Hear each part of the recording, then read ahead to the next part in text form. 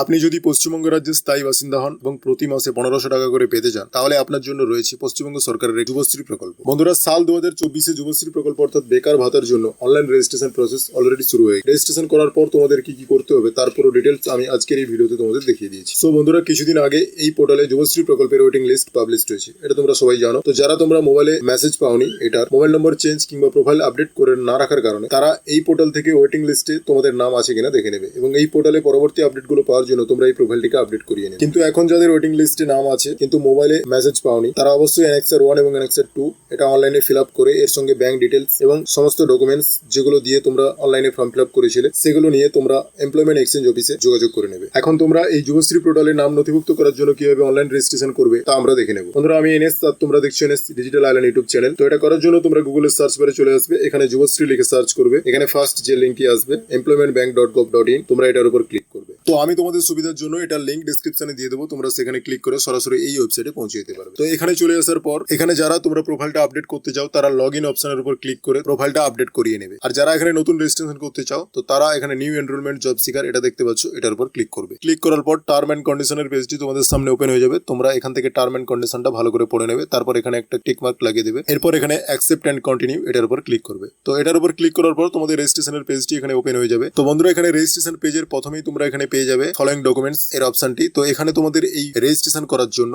কোন কোন ডকুমেন্টস তোমাদের প্রয়োজন হবে তার লিস্ট এখানে দেওয়া আছে, তোমরা এখান থেকে দেখে নেবে এবং এই সমস্ত ডকুমেন্টস গুলো কত সাইজের মধ্যে রাখতে হবে ডিটেলসও তোমরা এখানে পেয়ে যাবে। তো এরপর তোমরা নিচে চলে আসবে, এখানে নাম, এখানে ক্যান্ডিডেটের যে নামটি থাকবে সেই নামটা তোমরা এখানে বসিয়ে দেবে। এরপর ফাদার্স নেম, তার বাবার নাম যেটা থাকবে সেটা এখানে বসিয়ে দেবে। তারপর তার স্পাউস নেম অর্থাৎ স্বামী কিংবা স্ত্রীর নাম, যদি সে বিয়ে করে থাকে তাহলে এটা থাকবে। তারপর তিনি মেল না ফিমেল সেটা তোমরা এখান থেকে সিলেক্ট করে নেবে। তারপর তার কাস্ট কি সেটা এখান থেকে তোমরা পেয়ে যাবে। তো এখান থেকে তোমাদের যে কাস্ট ক্যাটাগরিটা হবে তো তোমরা সেটা এখানে সিলেক্ট করে নেবে। এরপর রিলিজিয়ান, তোমাদের যার যে রিলিজিয়ানটা হবে তো তোমরা সেটা এখান থেকে সিলেক্ট করে নেবে। তারপর এখানে ম্যারিটাল স্ট্যাটাস, তো ক্যান্ডিডেট যদি বিবাহিত হয়ে থাকে তাহলে এখানে ম্যারিড, আর যদি বিবাহিত না হয়ে থাকে তো আনম্যারিড। এছাড়াও তোমরা এখানে ডিভোর্সি অপশনটা পেয়ে যাবে। তোমাদের যা যেটা হবে তো তোমরা সেটা এখান থেকে সিলেক্ট করে নেবে। এরপর এখানে জন্ম তারিখ, তোমাদের যে জন্ম তারিখটা থাকবে সেটা তোমরা এখান থেকে সিলেক্ট করে নেবে। এরপর প্রতিবন্ধী কিনা, যদি ইয়েস হয়ে থাকে তাহলে এখানে হ্যাঁ করবে, না হলে এখানে নো। তারপর ওই ক্যান্ডিডেট এক্স সার্ভিসম্যান কিনা, যদি ইয়েস হয়ে থাকে এখানে ইয়েস করবে, না হলে নো। তারপর এই পেজটিকে স্ক্রল করে উপরে চলে আসবে, এখানে কন্ট্যাক্ট ইনফরমেশন, তো এখানে পোস্টাল ঠিকানা অর্থাৎ ক্যান্ডিডেটের ফুল অ্যাড্রেসটা তোমরা এখানে বসিয়ে দেবে। এরপর এখানে স্টেট,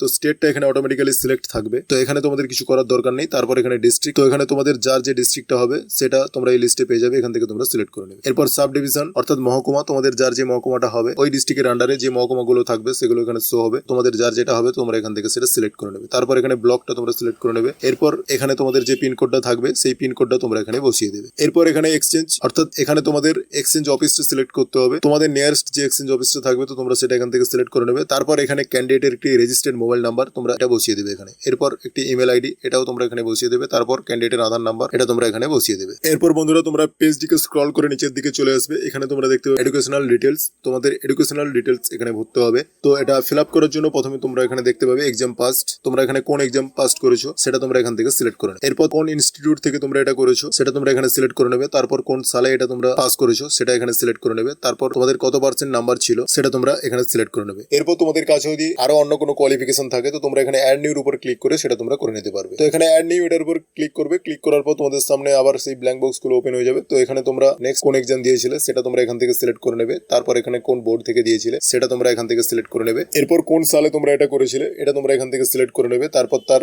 পার্সেন্টেজ কত সেটা তোমরা এখানে ভরে দেবে। বন্ধুরা, এখানে আমি যে ক্যান্ডিডেট ফর্ম ফিল আপ করছি এটা মাধ্যমিক এবং উচ্চ মাধ্যমিক তার কোয়ালিফিকেশন ছিল, তো সেই কারণে আমি দুটো এখানে ভরে দিয়েছি। তো তোমাদের যদি গ্র্যাজুয়েশনও করা থাকে তো তোমরা এখানে অ্যাড নিউ এটার উপর ক্লিক করবে, ক্লিক করে তোমাদের সেটাও এখানে ফিল আপ করে দেবে। তো নেক্সট বন্ধুরা, তোমরা এই পেজটিকে স্ক্রল করবে, স্ক্রল করার পর তোমরা এখানে দেখতে পাবে ভাষা, তো এখানে সিলেক্ট এই অপশনের উপর ক্লিক করবে, এখানে বিভিন্ন ধরনের ভাষার অপশন তোমাদের ওপেন হয়ে যাবে। তো এখান থেকে তোমাদের যে ভাষাটা জানা আছে তোমরা সেটা এখান থেকে সিলেক্ট করে নেবে। তারপর এখানে তোমরা যেটা লিখতে পড়তে এবং বলতে পারো কিনা সেটা তোমরা এখান থেকে সিলেক্ট করে নেবে। এরপর অ্যাড নিউ এটার উপর ক্লিক করে তোমাদের যদি আরো অন্য কোনো ভাষা জানা থাকে তো তোমরা সেটা এখান থেকে সিলেক্ট করে নেবে। তারপর একই রকম ভাবে ওই ভাষায় তোমরা লিখতে পড়তে কিংবা বলতে যেটা পারো তো তোমরা সেটা এখান থেকে সিলেক্ট করে নেবে। নেক্সট ফিজিক্যাল মেজারমেন্ট অর্থাৎ এখানে তোমাদের হাইট, ওয়েট এবং চেস্টের মেজারমেন্ট এখানে তোমাদের লিখতে হবে। তো তোমাদের যা যেটা হবে তো তোমরা সেটা এখানে ভরে দেবে। তো বন্ধুরা, এরপর এখানে তোমাদের একটি ফটো আপলোড করতে হবে, পাসপোর্ট সাইজ ফটো। তো এই ফটোর নিচে তোমরা একটা সাদা কাগজের সিগনেচার করে নেবে, তারপর দুটোকে একসঙ্গে স্ক্যান করে সেটা এখানে তোমরা আপলোড করে দেবে। এটা 500 কেবির মধ্যে হতে হবে, জেপিজি ও জেপিইজি এই ফরম্যাট হতে হবে। তারপর এখানে সিবি অর্থাৎ তোমাদের বায়োডাটা তোমরা এখানে আপলোড করে দেবে। এটা ডক কিংবা ডক্স ফরম্যাটে হতে হবে এবং এটা 200 কেবির মধ্যে হতে হবে। তারপর তোমরা এখানে চুজ ফাইলের উপর ক্লিক করে তোমরা এটা এখানে আপলোড করে দেবে। এরপর এখানে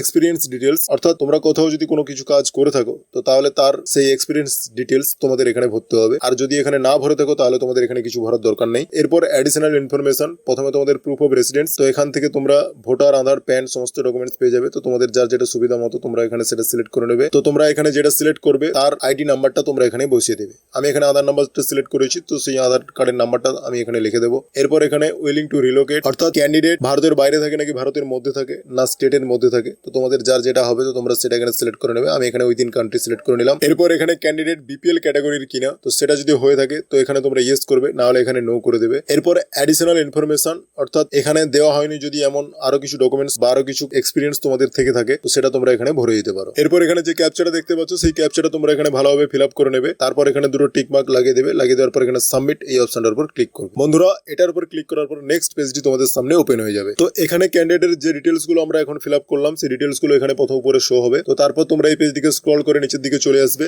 এখানে তোমাদের ডেট অফ বার্থ প্রুফ এবং রেসিডেন্স প্রুফ ও এডুকেশনাল কোয়ালিফিকেশনের যে সার্টিফিকেটস গুলো রয়েছে সেগুলো তোমাদের এখানে আপলোড করতে হবে। রেজিস্ট্রেশন পেজ ওপেন হওয়ার সময় তোমাদের এই ডিটেলস গুলো ছিল এবং কত কেবির মধ্যে এগুলো আপলোড করতে হবে সেটাও ইনস্ট্রাকশন দিয়ে দেওয়া ছিল। তো আশা করি তোমরা সেটা দেখে নিয়েছো। তো সেই মতো তোমরা এগুলো এডিট করে নেবে। এডিট করে নেওয়ার পর তোমরা প্রথমে এখানে name of date of birth, তো এখানে তোমাদের মাধ্যমিকের অ্যাডমিট কার্ড অথবা জন্ম সার্টিফিকেট এই দুটোর যে কোনো একটা তোমাদের এখানে আপলোড করতে হবে। তো এই দুটোর মধ্যে তোমাদের যার যেটা থাকবে সেটা তোমরা এখানে আপলোড করে দেবে। তারপর proof of residence Aadhaar card, তো তোমরা আধার কার্ডটা এখানে আপলোড করে দেবে। তারপর এখানে আমরা যে এডুকেশনাল কোয়ালিফিকেশন গুলো এখানে সিলেক্ট করেছিলাম অর্থাৎ মাধ্যমিকের মার্কশিট এবং উচ্চ মাধ্যমিকের মার্কশিট সে দুটো তোমরা এখানে স্ক্যান করে আপলোড করে দিবে। তো এগুলো কমপ্লিটলি আপলোড হয়ে যাওয়ার পর তোমরা এখানে নিচে সাবমিট অপশনটা দেখতে পাচ্ছ, এটার উপর ক্লিক করে ফর্মটিকে ফাইনাল সাবমিট করে দেবে। বন্ধুরা তোমরা দেখতে পাচ্ছ ফাইনাল সাবমিশন আমাদের হয়ে গেছে। তো এখানে ক্যান্ডিডেটের নামটি শো করছে। তারপর এখানে টেম্পোরারি একটা এনরোলমেন্ট নাম্বার এখানে তোমাদের দিয়ে দেওয়া হয়েছে। তারপর ক্যান্ডিডেট ডিটেলস গুলো এখানে পরপর রয়েছে, তোমরা এটা দেখে নেবে। তো এখান থেকে তোমরা এই কপিটা তোমরা প্রিন্ট করে রেখে দেবে ফিউচার রেফারেন্সের জন্য। তো এখানে বন্ধুরা নোট দিয়ে একটা ডিক্লারেশন দেওয়া আছে, তোমরা